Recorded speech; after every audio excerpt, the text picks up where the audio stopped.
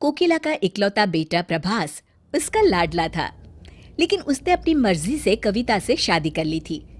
इस वजह से कोकिला कविता को बिल्कुल पसंद नहीं करती थी। वो तो अपने बेटे प्रभास की शादी अपनी सहेली की बेटी डॉली से करवाना चाहती थी।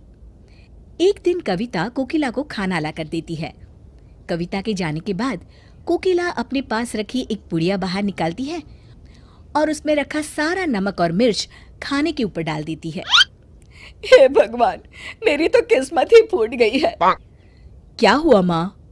अब क्या बताओ बेटा, जब से तू इस कविता को घर लाया है ना, तब से मैं अच्छा खाने को तरस गई हूँ। जरा ये चख के तो देख, इसमें कितनी मिर्च है और सारा नमक भरा पड़ा है। अब मैं ये खाना खाऊंगी क्या? हाँ माँ, इसमें तो सच में बहुत नमक है। शायद गलती से पड़ गया होगा। छोटी मोटी गलतियां तो सभी से हो जाती है। तुम अपना मूड क्यों खराब कर लेती हो? तभी कविता भी रसोई घर से वहां आ जाती है। माँ जी, गलती मेरी है, आप नाराज मत होइए। मैं आपके लिए फिर से खाना बना कर ले आती हूँ। वाह वाह बेटी, तेरे बाप के घर मुफ्त का राशन आता होगा, हमारे यहाँ नहीं। इस तरह रोज रोज खाना बनाकर फेंकेंगे तो एक दिन हम सड़क पर आ जाएंगे। एक भी काम ठीक से नहीं करती। पता नहीं कहाँ से मेरे भोले भाले बेटे को अपनी जाल में फंसा के उससे शादी करके इस घर में आ गई। अब बस भी करो माँ, तुम इस घर की बड़ी हो, इस तरह की बातें तुम्हें शोभा नहीं देती। कविता, तुम भी आइंदा ऐसी गलती मत करना। अच्छा, मुझे देर हो रही है, मैं ऑफिस के लिए निकल रहा हूँ।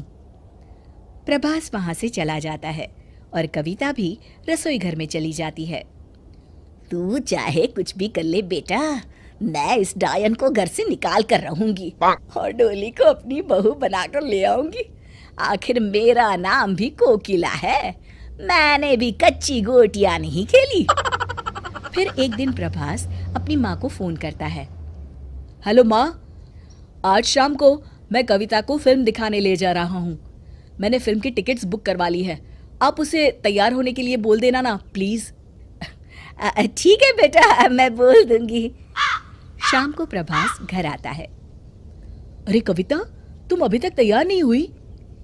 इससे पहले कि कविता कुछ कहती, कोकिला बोल पड़ती है।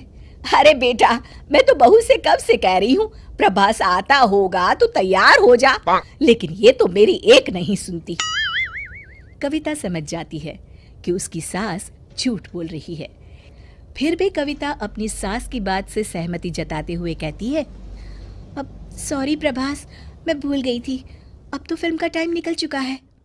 कोई बात नहीं, फिल्म ना सही, हम आज किसी अच्छे रेस्टोरेंट में खाना खाने चलते हैं। हाँ ये ठीक है, आप रुकिए, मैं अभी तैयार होकर आती हूँ। थोड़ी देर के बाद दोनों बाहर चले जाते हैं।